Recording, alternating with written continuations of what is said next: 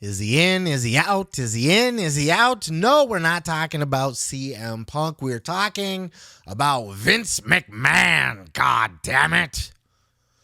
Vince McMahon, the CEO, the chairman of the board for the WWE, not the CEO. Isn't that Nick Khan? It's all mixed up now. Nick was the president. Now I think he's the CEO. Vince is the chairman of the board for the entire TKO, but is that all he really is? Speculation has been running around now as to whether or not Vince McMahon is been rendered effectively just a figurehead for the WWE, a fucking bronze statue sitting out in the hallway, just like the fucking Ronald McDonald or the Colonel for KFC, the figurehead, the mascot. We need to have Vince McMahon if we're buying WWE. That's what Ari Emanuel was saying. But does Ari Emanuel actually want Vince touching anything? As it was reported this week that Triple H is now effectively completely in control of creative once again. This has been going on over the last couple weeks. With more on this, we hop on over to our favorite dirtbag journalist, Mr. Dave Meltzer, as he talks about the status of Vince McMahon in the WWE. What's up with Vince? Nothing's up with Vince. Nothing new. I mean, as far as, the story going around regarding creative, and it's essentially the case. Vince has backed off on creative for now. That's how it was described to me. For now, he's backed off.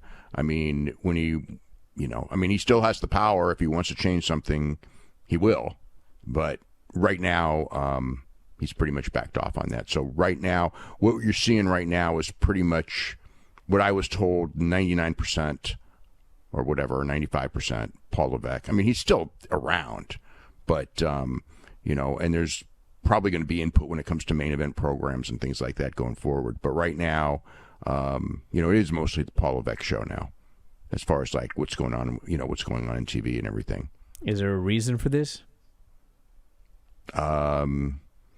People will say it's the merger, but Vince still has the power. So it's just, whatever the reason is, I don't know. I mean, it's just something that, Vince is backing off for now. I feel like Meltzer's hiding something. He's got that look on his face like he's not telling the full story yet. He's almost giving a little wink and a nod like, I don't know. But one person who does have a theory on what might be going on here is our boy over at Fightful, Sean Ross Sapp, who's been breaking all the biggest news over the last couple years. And he's been doing some digging into this himself. And I like that there is other journalists on the job. Nick Hausman's doing a lot of great work lately as well. You don't hear much from the Wade Kellers these days. I think he's kind of, washed up at this point. But there's a lot of great pro wrestling journalists doing a lot of great work. And Sean Ross Sapp has his own theory about what might be going on behind the scenes over at the WWE. Check out this clip. So, Sean, do you think he's doing this right now, or rather not doing creative right now as heavily involved because he's so focused on everything going on with TKO and this new merger and everything that's going down with that? Or do you think he's seen it more so as, hey, let's let Triple H do things because clearly it's working what he's doing, or at least when he's doing stuff, it seems to be working? So here's what I suspect. Educated suspicion, call it. Vince never wanted to leave. Vince thought he was bulletproof. He's thought he was bulletproof for a long, long time. And then when he was made to believe that it'd be a good idea to retire, he thought that he could just go away for a little bit, come back. However, he does retire. He sees that not only do numbers not go down, they succeed. And not only do they succeed, they thrive, Denise. And, it is hard to see somebody doing even better without you. And then December rolls around and Vince pushes his way back in. Stephanie gets the hell out of there, just like she did when she found out he was being investigated. She got the hell out of there.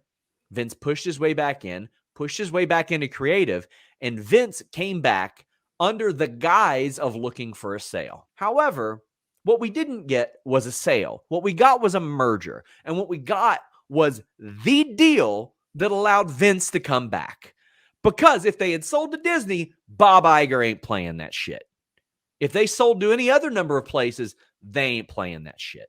However, Ari Emanuel dealt with a sale in which people were going to stay on in Dana White. However, Dana White, despite all of his faults, is far more useful than Vince McMahon is at this stage.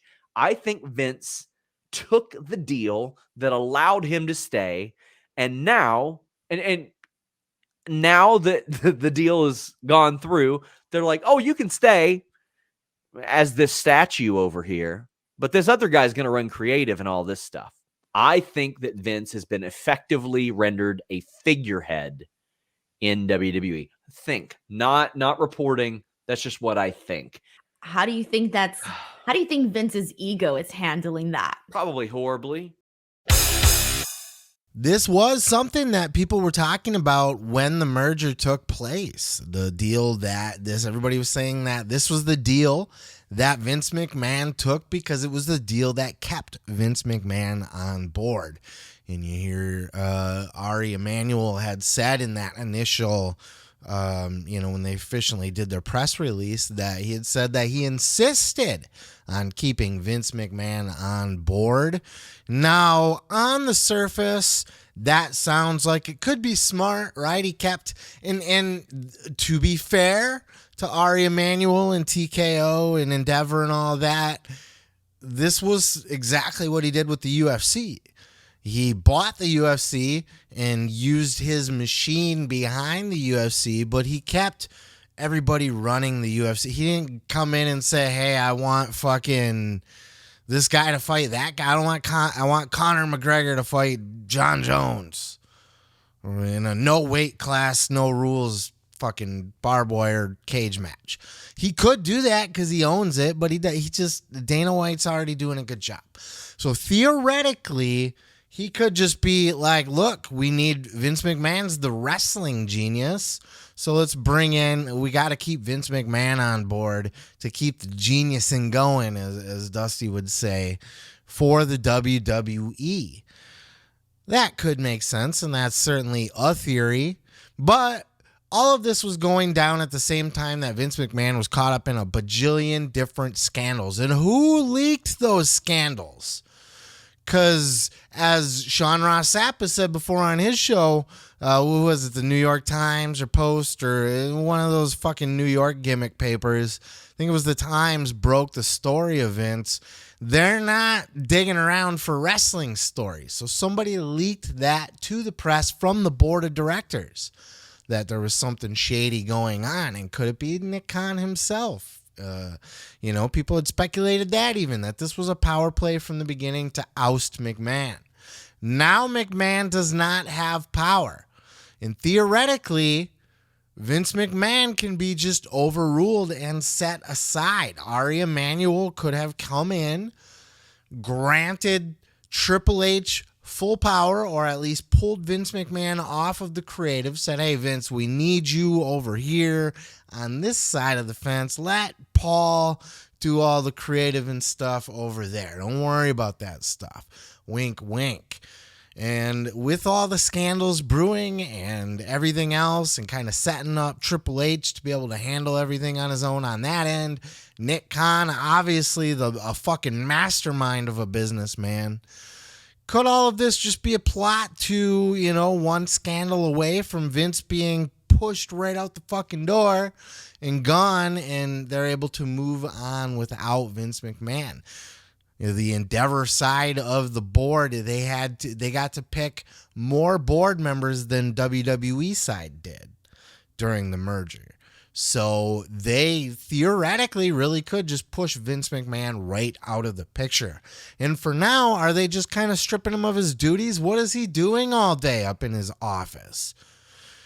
What is he doing for the WWE specifically? What's he doing for TKO? He's the chairman of this board of TKO. So theoretically, he could even be having input on UFC, which, God forbid, Vince McMahon gets his dirty little paws in the creative of UFC.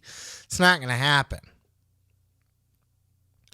So maybe like whoever's doing the booking in the UFC, and then Dana White as the president, and you got, Nick Khan and Triple H on the WWE side, Vince, the figurehead above them all, the fucking bronze statue just standing in front of the fight business, right? Because even Dana White got a lot of inspiration, got a lot of tactics from Vince McMahon. Ari Emanuel has said that he's consulted Vince McMahon multiple times on different business deals, probably about the UFC. Before he bought the shit, probably talked to Vince about the fight business, so to speak. Because as much as WWE is an entertainment product, it's still a fight product at the same time. It's a really weird kind of in between, right? It's a live event, it's a sport, it's entertainment, it's a show, it's a soap opera, but it's fighting kind of too, and you got individual talents that are contracted, and there's a lot of crossover there. So Vince sitting on the board as the chairman is kind of a smart business move, but because he's so goddamn shady, and because he's got so many lawsuits brewing, who knows what, if they could just be behind the scenes, just kind of tweaking and maneuvering everything so that he can just be cut right out of the whole situation and WWE moves on without him. There were rumors that Steph and Triple H were splitting up. I don't believe that those are true, but theoretically, could Triple H and Nick Khan be the WWE side, and all McMahons are removed completely from WWE? Shane already doesn't work there. Steph already pulled out, but if Steph's not even married to Triple H, again, that's rumor. I shouldn't even be giving it light. I'm barely even speculating that it happens, but I'm just hypothetically, we could be looking at some point in our lifetime a world where McMahons have nothing to do with it, and actually Triple H is the fucking Don Mega of the wrestling business, along with Nick Khan behind the scenes. I don't even see Nick Khan as a lifer, though, to be honest. I see him as an opportunist, a resume builder, a career. He's had his career as an agent in Hollywood. And he's doing this WWE thing. I'm sure he's done other stuff that I don't know off the top of my head or don't remember. Whatever. It doesn't fucking matter. He's a very successful man. And very well connected and well known before he even came to WWE. I'm sure WWE will not be his last stop. But look at all the gains he has made since, even if you were to leave WWE today, his fucking look what I did over there is a mile long, dude. He has overseen a complete transformation of the WWE. And honestly, you have to give him so much credit because, we don't know exactly what Vince is doing, but it's certainly ever since Nick Khan's been in the picture, WWE has transformed itself into a completely different product. Their TV deals are outrageous at this point. Look at all their pay-per-views now. Their premium live events are all in stadiums essentially now, all different parts of the world too. They're cashing in on that effect that AEW had, that, hey, we don't really go there often, so let's do a stadium show there. They're going to go do it in Australia. And if they can build those markets in twice a year or once a year, every year, fuck, man, they're doing great business there. They're doing, the obviously the merger in itself, big things. I do definitely see a potential here for a world where no McMahon has their paws in the WWE at all. That's a very real thing. And that remains to be seen how all this will play out. And again, going back to the very beginning of this, I could just be wrong altogether. And Vince McMahon could be on board because they believe that he is the genius, baby, and he's the Dana White to the WWE. But we shall see how it plays out. Let me know your thoughts down in the comments below. Will Vince end up getting ousted? Was this the plan all along? Is it a contingency plan in case he fucks up? Or are they completely in the Vince McMahon business and we're reading it all wrong? Or should Vince just not be there to begin with because it's a whole big moral issue to even have him on in the company to begin with? Let me know your thoughts down in those comments below. Hit subscribe. I'm going to go ahead and move on to the next. Hey, pal, if you're going to build a statue of me, it should have wider shoulders. It's got to look broad. His thighs have to be meaty thighs. Let me tell you something, brother. You can check out full episodes each and every Sunday right here on this channel, dude. Don't forget to like. Don't forget to subscribe, and don't forget to take your vitamins and say your prayers, brother.